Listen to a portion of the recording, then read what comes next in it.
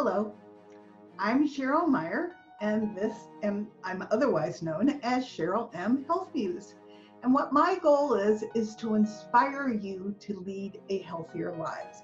So when I proposed my podcast, I proposed that we present it in two different segments. The first one is It Feels Good to Feel Good, Future-Proof Your Health, where I get to share everything I have learned to return my health back to relative wellness and to live a pain-free life in spite of the fact that I have autoimmune disease. But the second part of my podcast is this episode, and that's Tell Me Your Story, the Health Muse is in. My concept with this is it's all fine and well that you hear me tell my story, but I get a lot of, it's all fine and well that it worked for you, but it's not going to work for me. And I wanted you to hear that there are lots of people out there that have made changes in their lifestyle that have supported their health and brought them back to relative wellness. We all have a couple things in common. We all owned our own health. Whatever the doctor was suggesting we did was going on a parallel path to us making these lifestyle changes where we did things that cleaned up our toxic load. We all pay attention to our body. You'll hear jazz in the background because I want you to listen to the rhythm of your health, and I want you to pay attention to what your body is telling you. My body had been trying to tell me that I was going to topple over into toxic load for some time.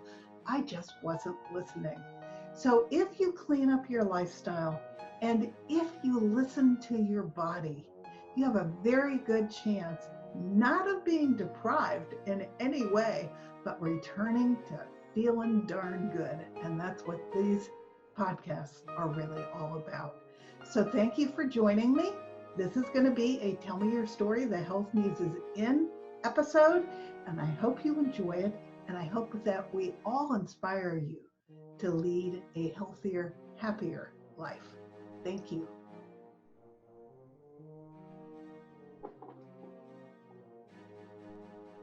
Okay, hello. I am so excited to be here today with someone I have now known for 3 years, and her name is Miriam Richard.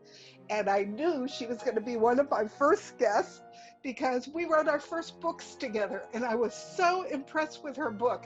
And she's done amazing things since we wrote our books together. So I want to introduce you to Miriam Richard, and let me tell you quickly, she wrote a book called Gut Feeling, Gut Healing that was not only about troubles that she had with her health, but became self-defense for her son who had Crohn's disease. And it was really important for her to share what she had learned about getting her son healthy. And he is thriving today and off at college. So it's like great. And then she went and she did something rather incredible. So I'm going to hold on to that till we get through the health history and what she did to help her son and herself. And then we'll end with that because it will make you smile. And she did something that no one else has ever done. So I want to introduce you to my friend, Miriam. God, am I emotional today? Sorry. Cheryl and I are, I guess, soul sisters. When we were meeting and discussing our paths and how they were long and tedious to several doctors of figuring out what's going on, what's wrong, and then to finally find some of the, both of us were deep diving researchers and self-advocates, and I learned about what's a belly button wand from our friend Cheryl here. So you have to to find out all about that. But she has all of the great tips for toxins in her book, wrapping your food with beeswax type of paper. But for my story, I had been a gymnast in college and had a knee injury and wanting to compete like all gymnasts want to do, and not feeling pain as much because you always were ripping the skin off your hand. You learned to ignore pain. I took 4 Advil 4 times a day for 9 months. Yes, well, I heard that your liver eats Advil like candy, but apparently your kidneys don't. So I did continue with gymnastics, but I think it wore out my body a little bit, and that I ended up with a really bad neck injury, partly from the actual trick that I was trying to learn, and partly from, I think, that the nutrients wasn't being absorbed by my body from a leaky gut. At the same time, from doing gymnastics, I noticed in high school and college that I would be doubled over in pain for 4 to 6 hours, completely like just sitting like this in pain. And they had sent me home from school one time, even though I didn't want to go home. I wanted to take a test that I had studied for. And everybody told me, well, you have spastic colon. And then in college, they said, I went to the medical doctor. They said, you have gas pains. They took x-rays and said, gas pains are the worst. Like, wow, I've had, a couple of passing gas before, but I've never had anything like this. I did have episodes where I had difficulty going to the restroom. Might be constipation for 2 or 3 days, maybe no more than 5, but a couple times it was bad. So taking all the medication, I think, gave me a leaky gut, and I had been diagnosed with almost fibromyalgia. I didn't have quite all the trigger points that you had to have, but most of them. And then later on, interstitial cystitis, which is a bladder pain. And I would wake up in the middle of the night and use the restroom, and I would burn so bad, like as if I had a bladder infection, for almost 3 hours, unless I took, guess what, Advil. And then I could fall back to sleep about 35 minutes later and then go back to bed. So that was not the best for me. However, I did end up watching a movie called Super Size Me, which I think a lot of people had heard about in the time. And then shortly thereafter, Food Matters. And Food Matters was an eye-opening movie that was written by people that went to the Institute of Integrative Nutrition. It so happens that that's where Cheryl and I actually met, was through the Institute of Integrative Nutrition. So the Food Matters video talks about vitamin C in huge quantities, IV, maybe 120,000 milligrams, I think. And then they talked about niacin for mental health. It just blew my mind. They said they literally had a person over in the corner, and they gave him enough niacin that then he engaged with the family. And then the doctor said, well, isn't that quite a bit of niacin?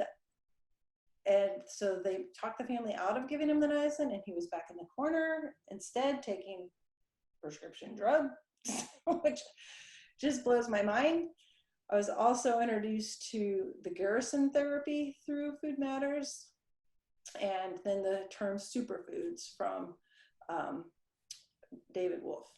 So the Gerson therapy is a protocol on fresh juices and enzymes and coffee enemas, and just decreasing your stress and being outside, and I think it's almost all raw food and no animal products. And these people are saying, and I just believe them 100%, that your body wants to heal. It heals your cuts. I believe that.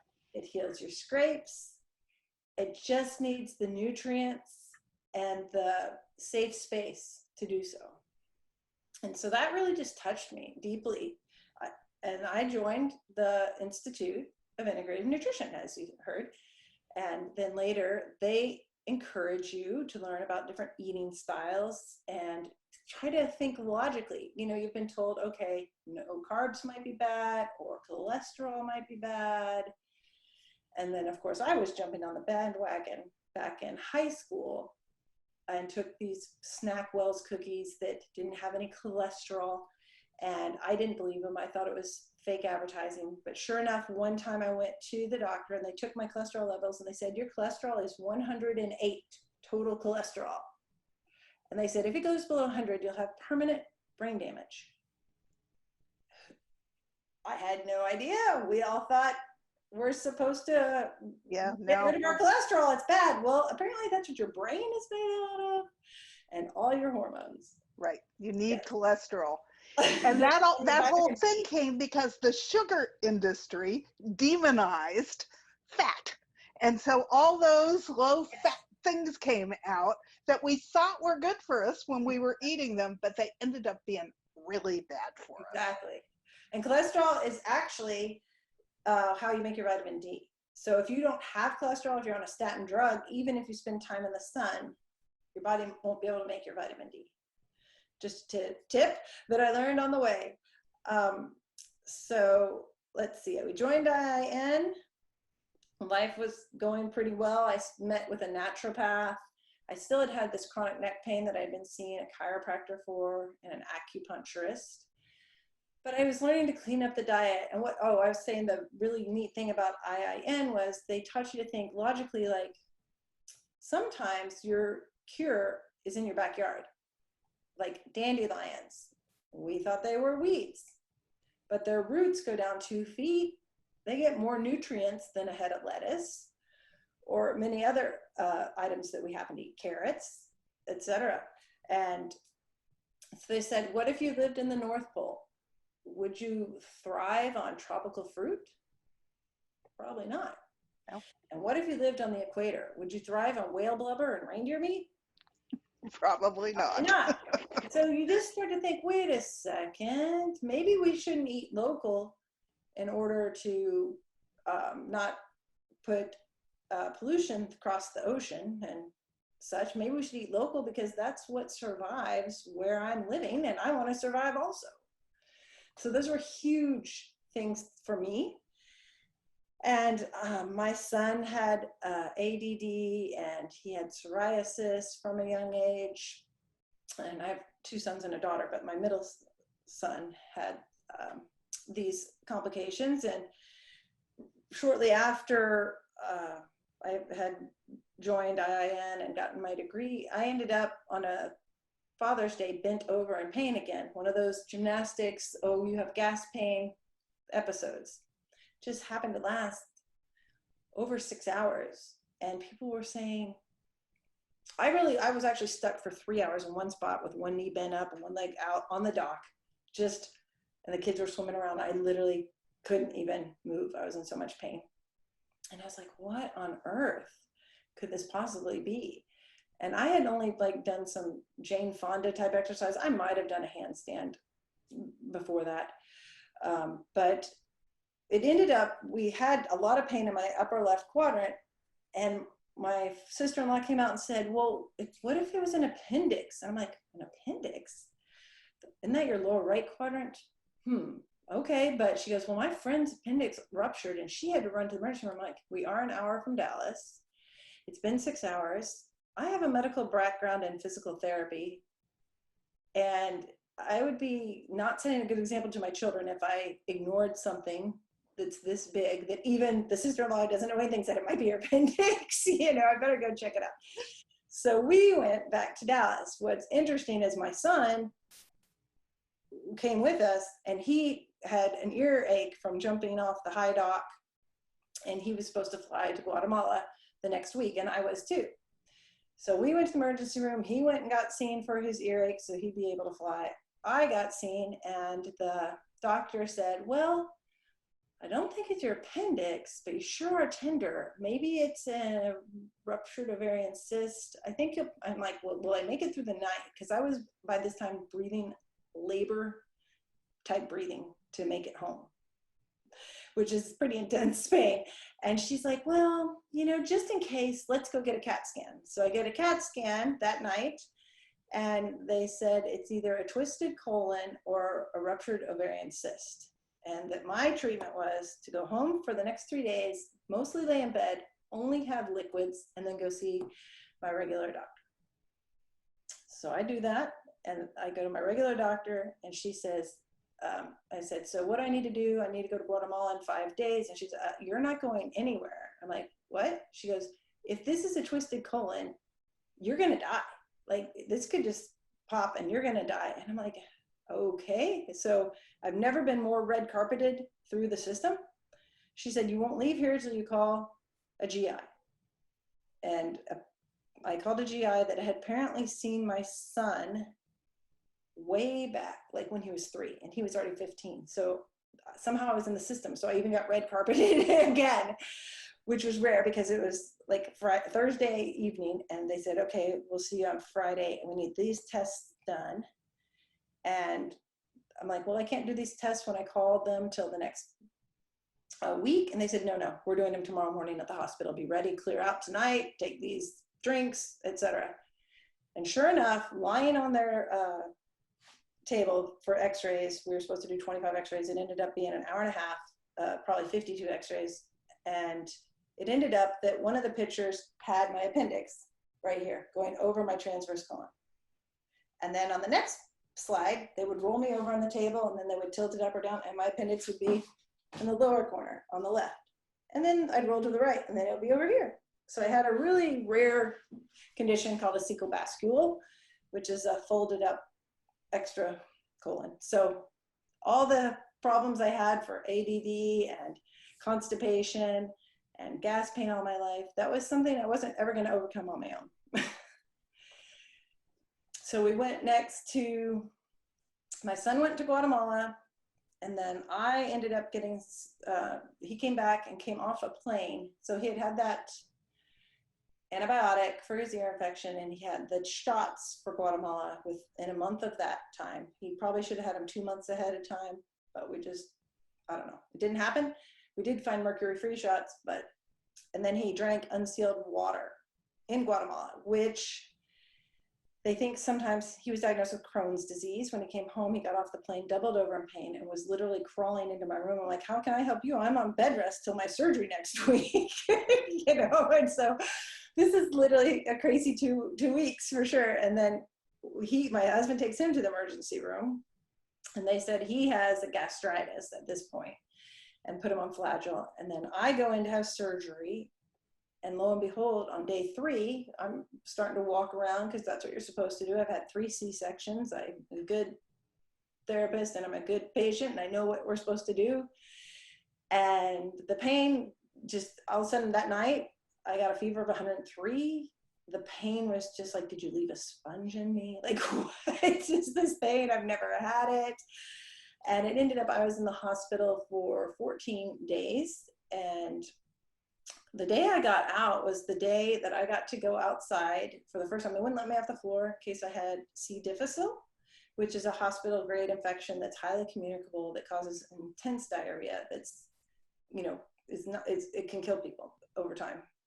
I went outside and touched this grass barefoot, and almost in the parking lot at 7 o'clock, because we snuck out. Like, my husband and I planned this little escapade. And then, let's see, we were barefoot in the grass, and we saw the sunrise, and my fever broke that day, which is interesting, because later I learned a whole bunch about the sun, which you would find in my book. So what the rest of our story goes along that Mason got sick again at Christmas. So that was the end of summer. Mason got sick again at Christmas. My sister-in-law got sick on Easter, and she had diverticulitis, and we had to put her in the hospital, and she had to have a foot of her colon removed, which is what they had to do with me. They had to cut out all that stuff that was doing these gymnastics moves inside me every time I rolled over. And then my mother-in-law ended up with a diagnosis of a diverticulitis, and she had to go into the hospital maybe around Mother's Day and be on a liquid diet for 2 weeks. So I'm learning all about gut health. And then my son gets a diagnosis. So at Christmas he had another episode, and they said it was gastritis again. And then we had gone in May and did one more time. He was still hurting, so we went to the person that he saw from, I guess, I don't know, maybe he saw him too many times for gastritis. He said, we're going to have to do a scope. And so we went in, and they diagnosed him with Crohn's, and they had said, okay, he's still under. The doctor comes out to me.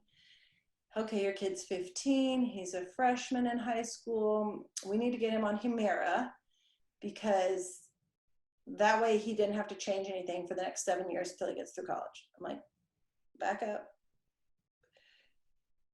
Did his food not get him into the situation in the first place, possibly? Like, why would we not want to change everything? I want to change everything. But we had been trained, and so that was very helpful. But I wanted to empower other people what to do. And it ends up, we did all these tests for my son. He actually was really sick that summer. He was in the hospital for emergency room visits 8 times that summer, and total time in hospital plus stays 11 times, because he had certain tests that had to be done in the hospital.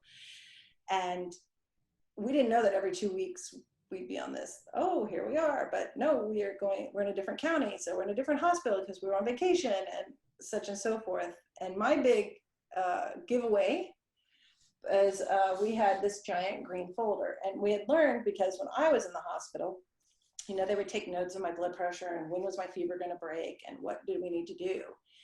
And we always recommend that if you have a loved one in the hospital, that somebody stay overnight, to make sure that these nurses are now doing 12-hour shifts. I promise you, they're kind of tapping out at hour 8. You can just see a difference, definitely from 10 to 12 hours. And it doesn't hurt to have a little bit of accountability of what's going on. Even if you couldn't have somebody stay the whole night, if you get somebody there for the last 2 or 3 hours of that nurse's shift, you're gonna help some miscommunications. And you have to participate in your own health, which is what you learned. Yes, absolutely. And so I have this beautiful green book, and it is all the stuff that we decided when Mason was going to these different doctors, what we were going to have to do. And we also were going to different countries. We had planned all these vacations, and kids have emotional needs. They have a need to be out, and we had planned a trip for a whole extended family. So we wanted him to be able to do that. And we were like, well, how's that going to happen? And a lot of doctors had told us at one point, you know, they wouldn't do it. They wouldn't risk that. And then other doctors said, it's not our patient and it's not really our decision, but they were it was the summer, and that's when you transition to the students from the rounds, from the rotations in July. And so we had some overlap. And so they were like, well, it's not our students, it's not our patient, we can't tell you what to do. And then, but they came through to observe. And then 2 were like, well, we're risk takers, go for it. He's not gonna die, but he might have a foot of his colon taken out. Or like, I just did that and I'm still suffering, and it had been 8 months and I thought I would get well. Well, lo and behold, when we end up doing all this amazing testing for my son, they find out that I actually still had an infection that I only could have gotten from the hospital robotic arm when it was in my intestines, because it's normally something you'd find in a bladder, but that I never was on a catheter or anything like that. So the only way that they could have done it was when they cut me open. So yeah, actually, medical procedures is one of the largest causes of death, because people get stuff that's unrelated to what they were getting the treatment for. I believe it. The statistics are kind of amazing. And it's not that they're not good doctors. It's just sort of what happens. And that's why you have to be an advocate for yourself. And if they're not listening to you, hit them over the head, because they need to hear you.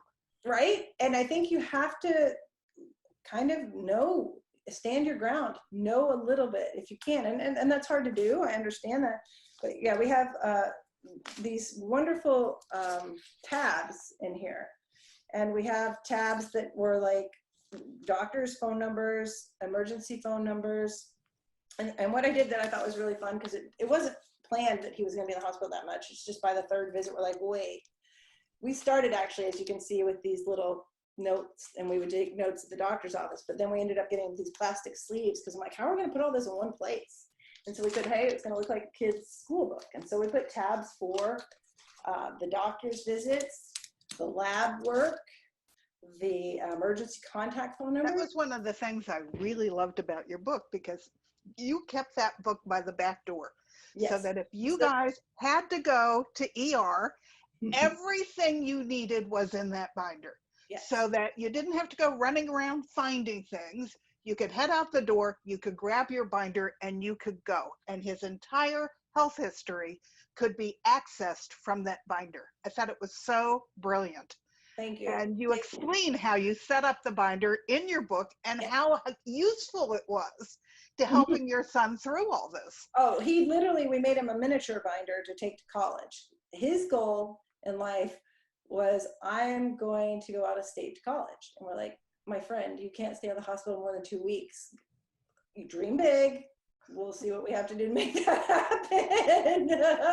You know, he's one of those kids that really loves to dream. And so we actually did some interesting stuff. Some new stuff was coming out during when he was sick. And one of them was the Great American Gut Project. And that was, anyways, you can, we signed up for that. And then I wrote down things I wanted to try. Like I heard, you know, you'll be talking to your friend and you're saying, what happened to Mason? We heard he had Crohn's. I'm like, my brother-in-law, well, they tried fish oil or they tried this probiotic. And so you're like, okay, I don't know what that is. And I'd write it down. And so I made a section that was word of mouth or alternative treatments, or somebody said, oh, there's a government trial. Why don't you join that? So I have a tab for government trials. Does my kid qualify? What do we have to do to be ready? So that I would be ready, because I told him, you won't ever go through what I went through. And with a Crohn's diagnosis, it's about a 75% chance that you'll have part of your colon removed. And once you have something removed, or not colon, full digestive tract, somewhere along the way, could be the small intestine, then you'll have another. It's twice as likely you'll have it again. And so at this point, I forgot to say, when he was finally diagnosed and scoped that day, when they said to do Humira, he had 8 inches of narrowed intestine, and he had ulcers and granulomas. So we were like, we are not going to let that happen to you. I will do whatever it takes. I'm going to be a mama bear. And I just happened to be positioned in a very good position, having done this IIN class, and I'd actually done Andrea Nakayama's class for the digestive tract, because I had just had half of mine taken out. And so I was kind of in high alert. And then, like I said, my 2 other family members had issues. So I kind of got pushed into here. This is where you make lemonade out of lemons, because you're like, well, I'm going to be living this life for a while. Maybe I can help others, or maybe we can make a little bit of money to help pay for some of the medical bills. But you started researching, and that became invaluable. Correct. And then when you know something wonderful, you have to share. Right. And we even have stuff for like pages for essential oils, and we wrote those down. And so then we do these fancy tests by Genova, and we looked for alternative medicine doctors. And I didn't stay with just one doctor. So he had a pediatrician doctor. He had a GI that we finally found that would allow him to try diet. They didn't believe it would work, but they said, we've tried it with one other patient. They're also taking medicine. We'll let you try it for 2 months. He needs to start prednisone now. You can try it for 2 months, and then we'll put him on to the next medicine. And we were able to keep him off that next medicine. So he did the prednisone, and we transferred to diet. And it was really, really neat, because then I wrote the book, and we brought all this information, and she saw us frequently, because that first year or 2, they're trying to get a hold of, is this a severe case or not a severe case? What way is it going to happen?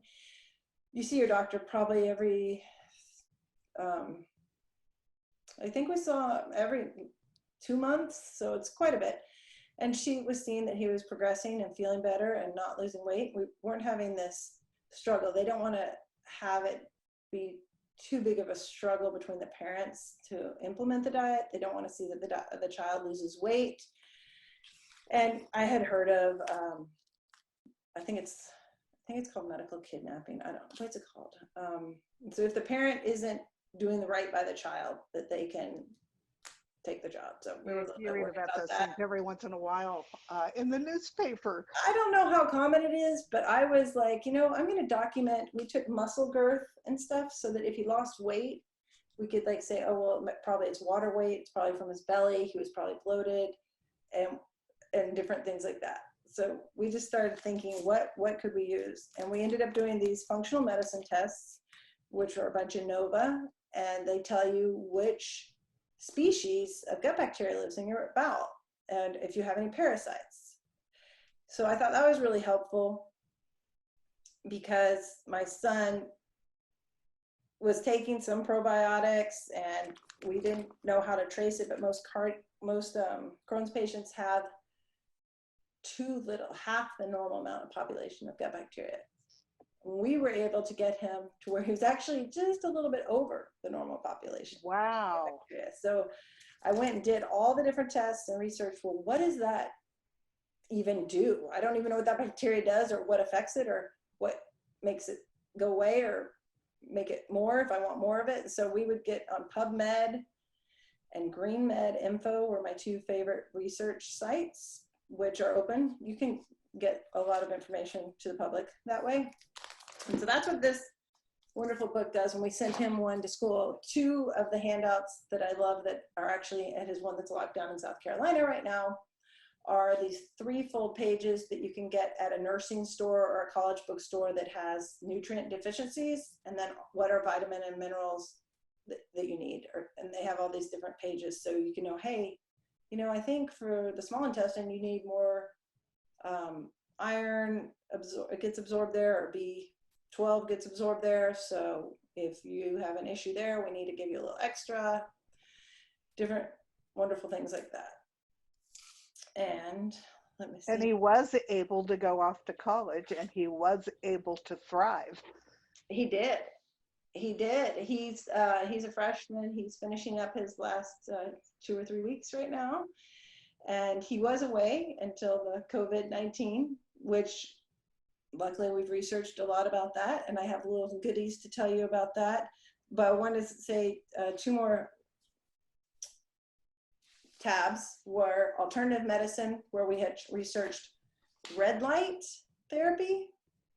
Red light therapy is supposed to help with viruses, believe it or not.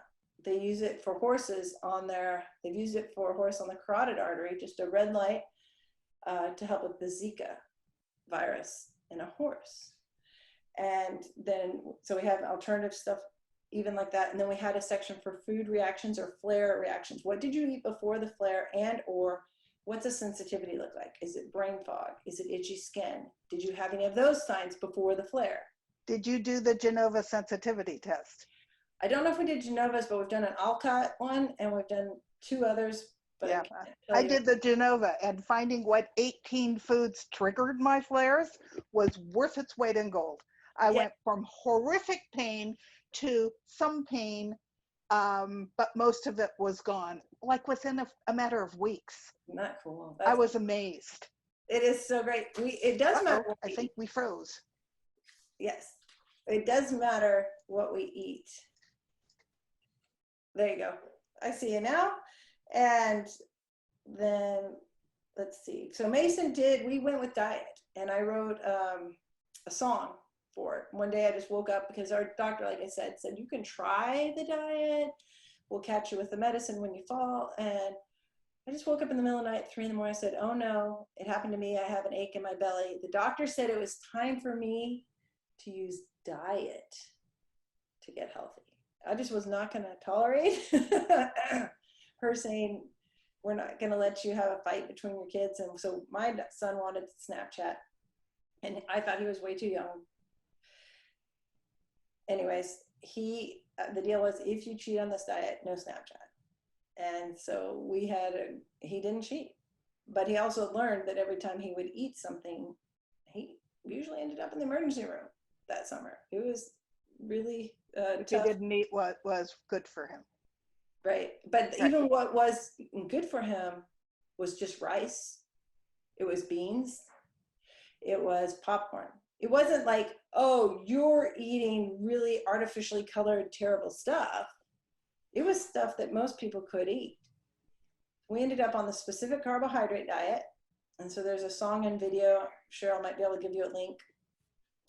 And that's free, and it shows. I'll put it on my page under our interviews so that people can find it, because it's adorable. Yeah, it's just panning through what you can eat, what you can buy off the counter, but the goal is to change the gut bacteria. They're saying that there's certain gut bacteria that's out of balance, which we told you Crohn's has a different amount than a normal patient, and those bacteria eat the food and then outgas and cause the bloating and the stretching and the pain and such. So we picked, like I said, specific carbohydrate diet, which limits lactose, which is a milk sugar, grains, all grains, and starch, which is also people think of it like a grain, and basically polysaccharides is what we did. And so, as I had said before, my son wants to go to college out of state, and I said, keep dreaming, we'll see what happens. And we had gotten a dog right before he was diagnosed that May. So in April, we had gotten a dog, a puppy for my daughter, but we just decided, what if we could keep him out of the hospital? He was really in pain. And before we thought we could keep him out, we thought, what if he could have a therapy dog? What if he could just be hugging this dog? Because he'd be there for 3 hours with no pain medicine. Because he was in 2 weeks before. We don't want to make a opioid addict out of this kid. Right. And so they wanted to make sure that we had waited and weren't just giving him pain meds. So we looked into therapy dog training. And then I saw a friend who had seizures, had their dog in the emergency room. And I thought, yeah, because therapy dogs have contracts with different hospitals. You can't just, even if my son was staying there as a patient, doesn't mean it's my dog's rotation to be in the hospital, et cetera, et cetera. So my dog would have to be a service dog in order to even give him a comfort. And we're like, what service can a dog provide? We had heard that they could start smelling bodily functions like diabetes and cancer. And I'm like, well, he could tell your kid if they were having a flare, but if you already had the flare and you're in the hospital, I mean, technically we could bring the dog, but it doesn't really help us. We're still in the hospital. We prefer to not be in the hospital. Let me explain quickly. A flare is where you suddenly get excess inflammation that's going on in your body that causes all kinds of body reactions. I still get flares even though I have no pain. When I get a flare now, I can gain 7 pounds overnight. But when I was getting flares back when I first found out I had autoimmune disease, they came with a tremendous amount of pain. So for years, your son probably, when he got a flare, was having all kinds of gastro issues with the flare.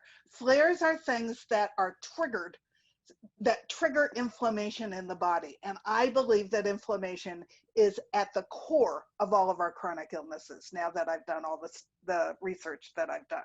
So it's really important that you keep the flares as low as possible, because they're doing harm to your body while they're flaring, as well as making your body darned uncomfortable. Yes, 100%.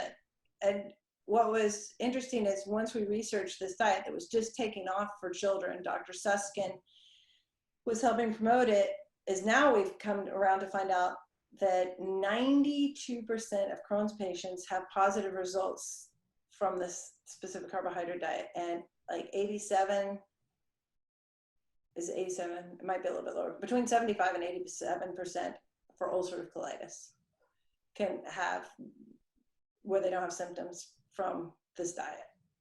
Which is huge, huge. Yeah, it's huge. Food, right? Because the medicines only have to be 50, 53%.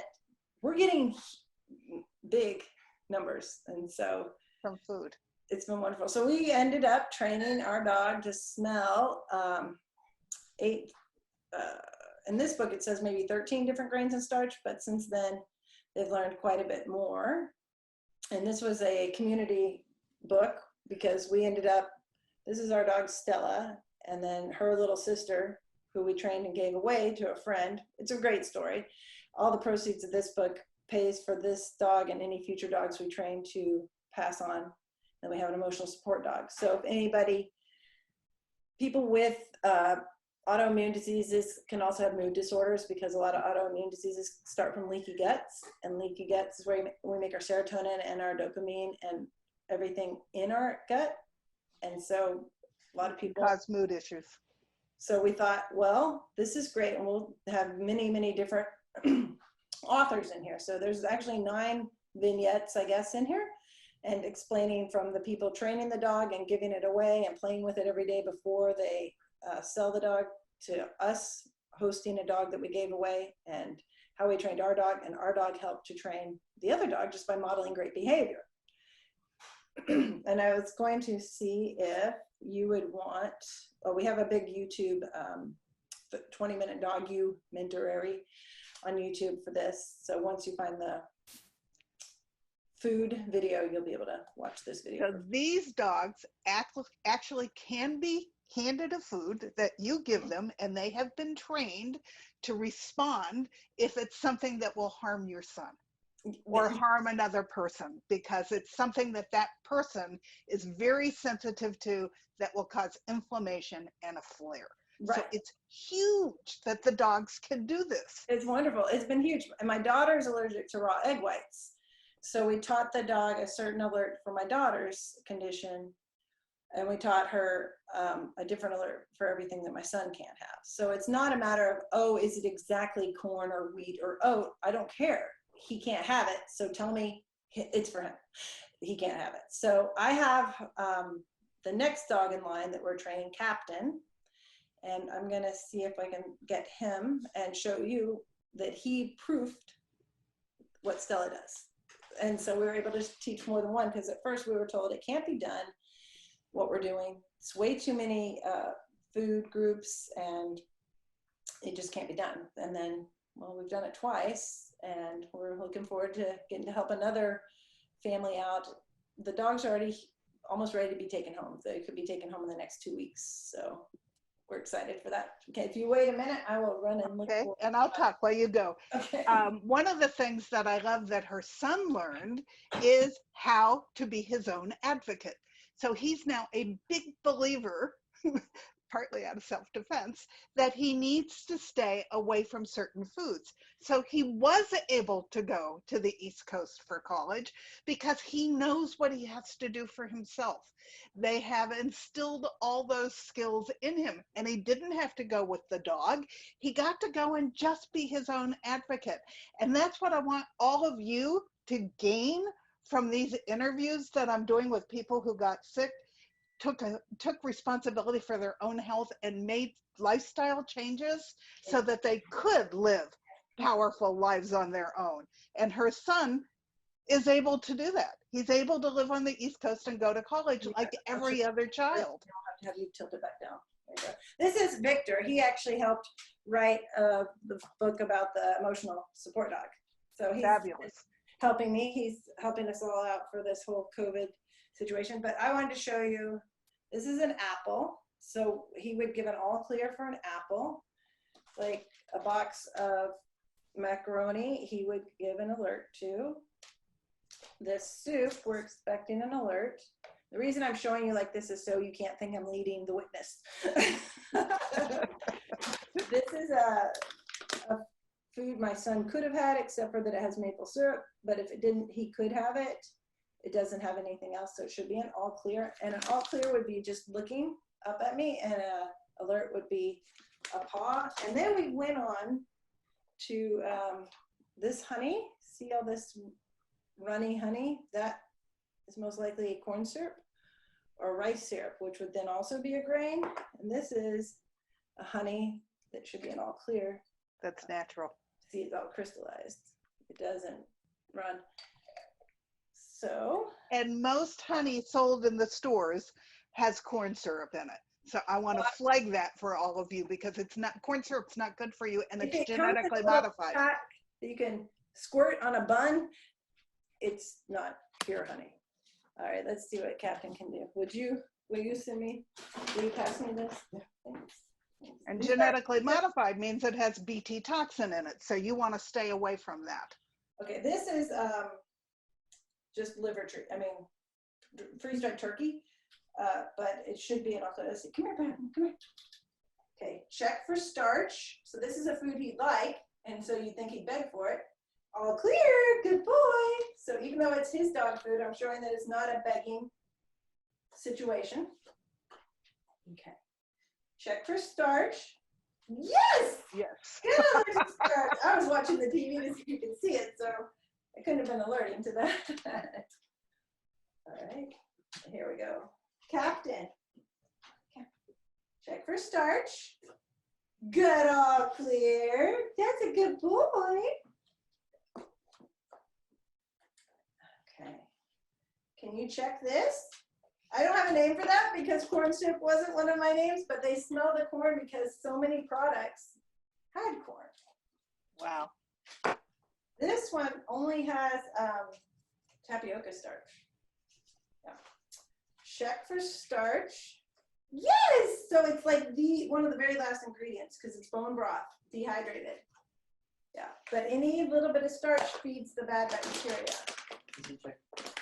And then we have to check for starch. Good, all clear. Get to the rock star.